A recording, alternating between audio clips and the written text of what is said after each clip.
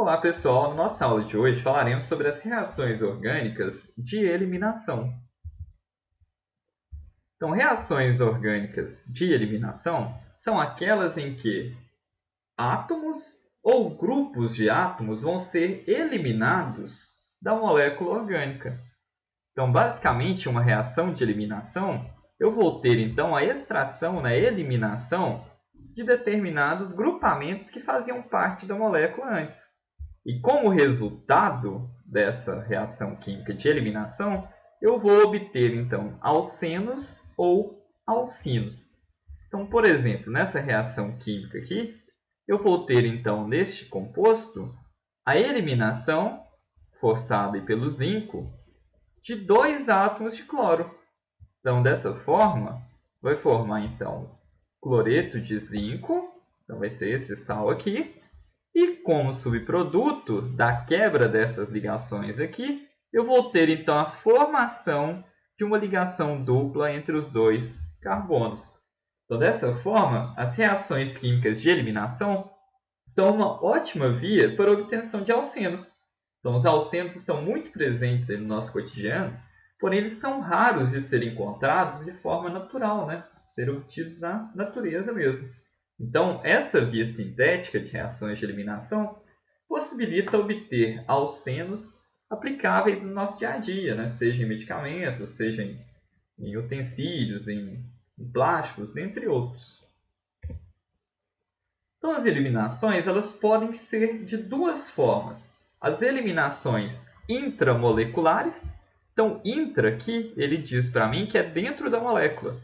Então, nesse caso aqui, a eliminação intramolecular ela ocorre dentro da própria molécula. A molécula é o reagente. Então, ela vai eliminar 2 fragmentos que pertenciam já a ela, e esses 2 fragmentos, a sua eliminação, vão resultar numa dupla ligação entre os 2 carbonos. Então, dessa forma, todo o processo ocorre dentro apenas de uma molécula. Já as eliminações intermoleculares, então o termo inter aqui, ele diz para mim que é entre 2 moléculas. Então, nesse caso, eu vou ter uma molécula 1 reagindo com uma molécula 2, e dessa forma, então, vai ter uma eliminação de um grupo associado a essas 2 moléculas. Então, no caso, vai ser um AB2, por exemplo, aqui. E como resultado aqui, eu vou ter uma conexão, uma ligação entre o fragmento que sobrou das 2 moléculas. Então, nesse caso aqui, formando então essa espécie hipotética. Então, nas eliminações intermoleculares, eu vou ter 2 moléculas reagindo entre si e vão se resultar então em um produto e um subproduto resultantes da união dos fragmentos dessas 2 moléculas. Porém, as reações de eliminação elas não ocorrem espontaneamente.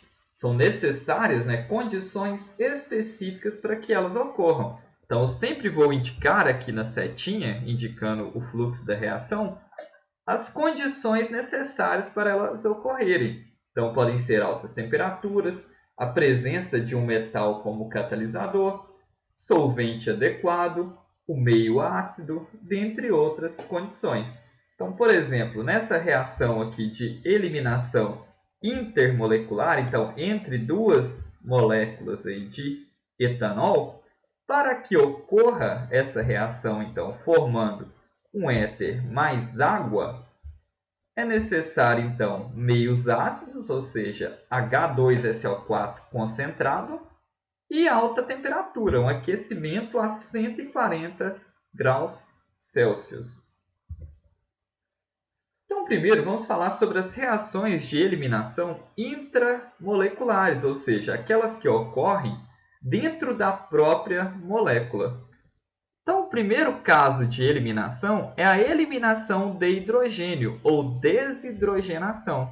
Então, eu parto de um alcano. Então, esse alcano, sob condições específicas de aquecimento e a presença de um catalisador metálico, então geralmente platina, paládio ou zinco, então vai fazer com que sejam liberados os fragmentos aqui de 2 átomos de hidrogênio, resultando então no produto de gás hidrogênio sendo liberado.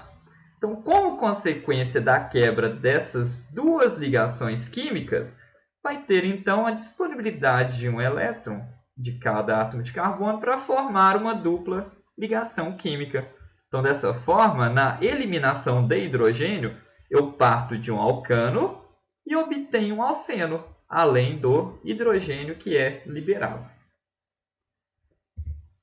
Já no caso da eliminação de halogênios, ou a dehalogenação, então no caso aqui eu vou ter novamente um composto aí de carbono com ligações simples e ligado também, né, a um heteroátomo, que vai ser, no caso, um halogênio. Pode ser bromo, cloro ou flúor, por exemplo.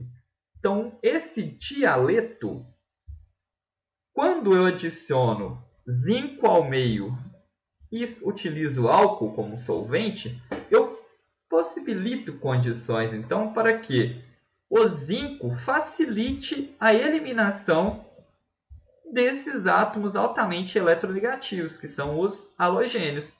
Então, dessa forma, então, quando eu adiciono o zinco, ele vai capturar estes átomos eletronegativos, formando, então, o sal.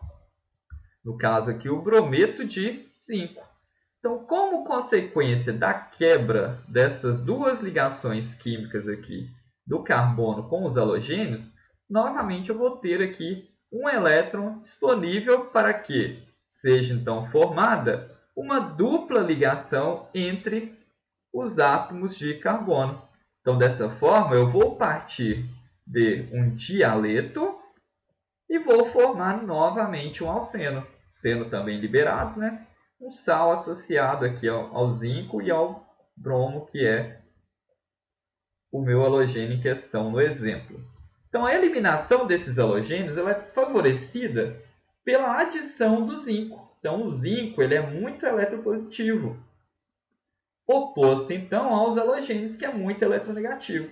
Então, dessa forma, o zinco consegue formar um composto estável, um composto iônico estável, com os halogênios, ocorrendo então essa reação de eliminação que vai resultar na formação do alceno.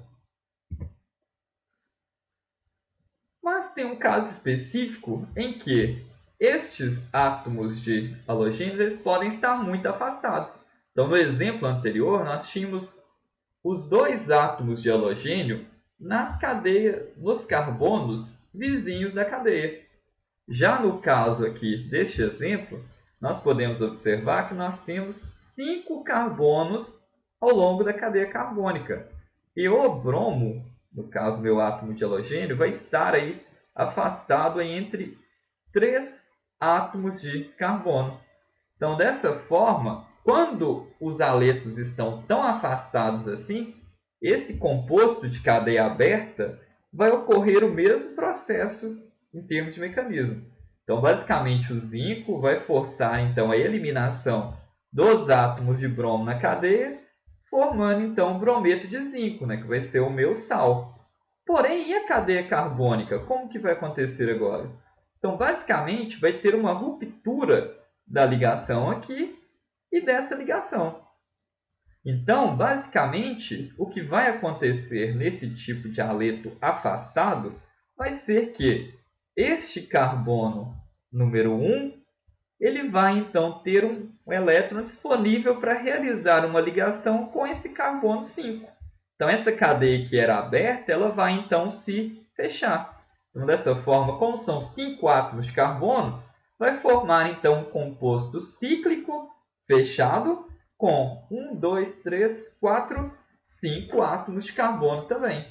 Então, toda vez que eu tiver aqui reações de dehalogenação e que os aletos estejam assim tão afastados, então vai romper essas ligações com o halogênio e esses carbonos da extremidade então vão se fechar, formando a estrutura de um composto cíclico.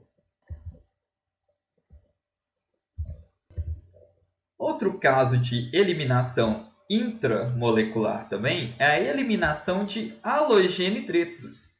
Ou seja, quando eu tenho aí a eliminação de um hidrogênio e um halogênio. Então, basicamente, para essa reação química ocorrer, os produtos formados vão depender do meio em que ela ocorre. Então, basicamente, para ocorrer uma reação de eliminação de halogenidratos, é necessário a presença de uma base forte, como no caso o hidróxido de potássio, em meio alcoólico. Então, se eu tenho essa molécula aqui presente em uma base forte em meio alcoólico, vai provocar então a eliminação desses fragmentos aqui de hidrogênio e do halogênio representado por X. Então, como resultado dessa eliminação de HX, vai formar então um alceno na minha estrutura. Então, o alceno é formado justamente aqui nessa ligação carbono-carbono. Agora, se não for utilizado uma base forte em meio alcoólico, ou então se for utilizada uma base fraca, como por exemplo o hidróxido de prata, né, o AgOH, então essa reação de eliminação não vai ser favorecida. Então vai ocorrer uma reação de substituição. Então dessa forma, na substituição, eu vou ter então a substituição do meu halogênio por um grupo hidroxila, formando então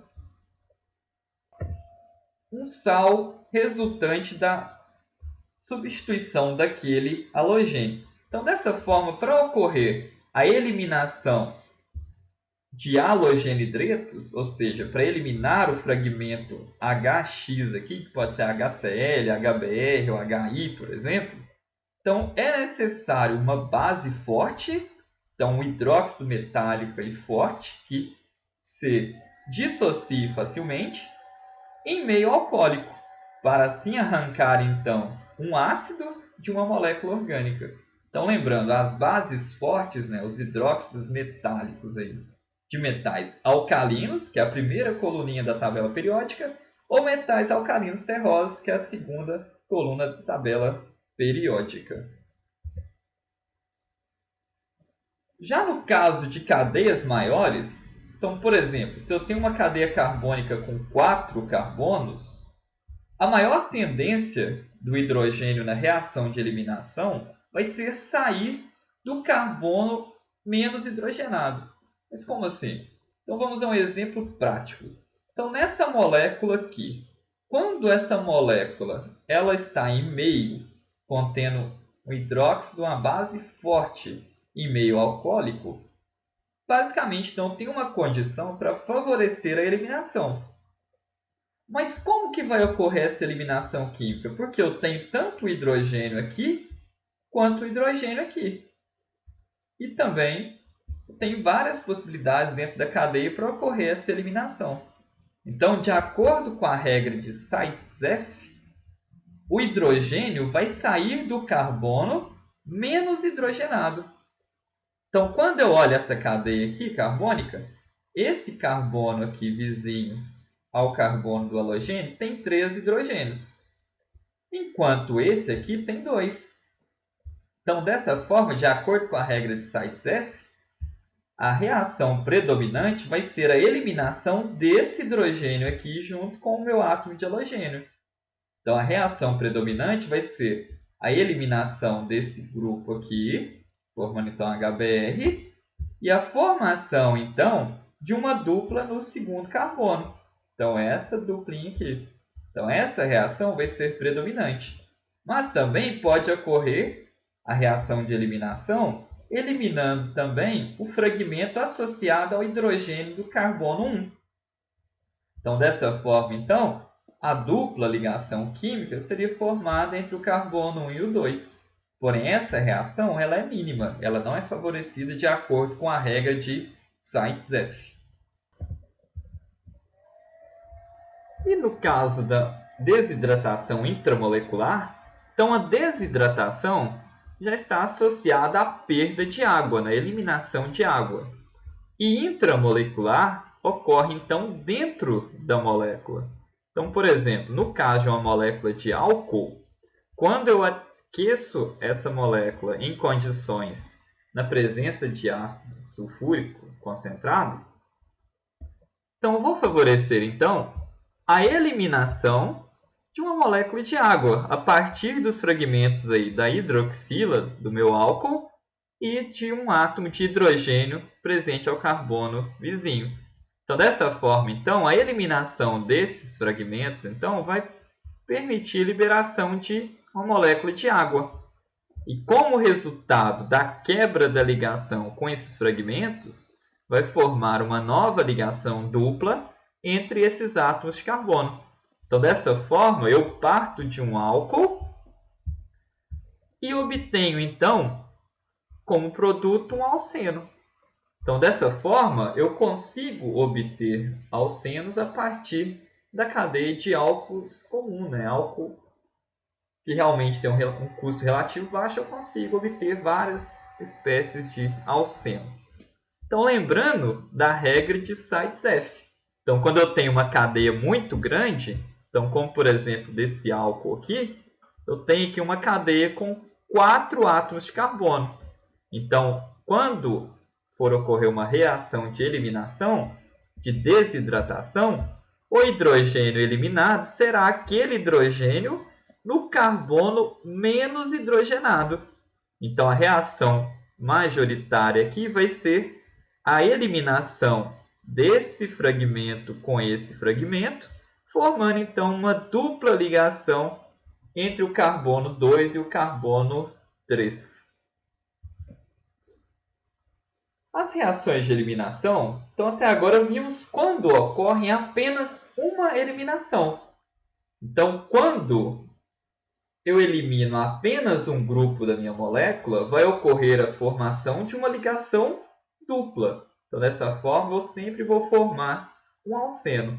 Porém, as reações de eliminação elas podem continuar ocorrendo. Então, ocorrer seguidas eliminações. Então, dessa forma, se duas reações de eliminação ocorrem na mesma molécula, eu vou formar ou uma ligação tripla ou duas ligações duplas. Então, por exemplo, se eu tenho uma molécula em que eu tenho aqui 4 átomos, né, eu tenho um grupo de átomos que podem favorecer duas reações de eliminação, então, quando ocorre essa reação química de eliminação, então, como vão ser quebrados aqui 2 fragmentos em cada átomo de carbono, então vai poder ocorrer uma nova ligação carbono-carbono, formando a dupla. E aqui, uma nova ligação carbono-carbono, assim formando uma terceira ligação, que vai ser uma ligação tripla. Então, na eliminação múltipla, eu vou formar então uma tripla ligação química e vou liberar aí 2 fragmentos daquela molécula, né? Resultantes, né? daquela eliminação. Outro exemplo aí no caso é um diálcool. Então, se eu tenho um diálcool, sob condições, né, de calor e presença do meio ácido, vai favorecer então a eliminação de 2 moléculas de água. Então, uma molécula de água a partir daqui e uma molécula de água a partir daqui. Então, dessa forma, vai resultar então dentro da minha cadeia a formação de uma dupla entre esses 2 átomos de carbono e uma segunda ligação dupla entre esses 2 átomos de carbono. Então, dessa forma, vai formar para mim um dieno, além também da liberação, né, de 2 moléculas de água, caracterizando a desidratação. Então, por fim, as reações de eliminação também podem ocorrer entre diferentes moléculas. Então, fora da molécula, né, a partir de 2 moléculas. Então, por exemplo, quando eu tenho 2 moléculas de álcool reagindo entre si, sob condições aí de aquecimento e meio ácido, então a eliminação pode ocorrer a partir da eliminação de fragmentos de 2 moléculas diferentes. Então, dessa forma, então, vai ocorrer a eliminação de água, então vai ser uma desidratação, como podemos ver, Mas a molécula de água eliminada, ela vai ter aí, ser constituída de um fragmento da molécula 1 e um fragmento da molécula 2.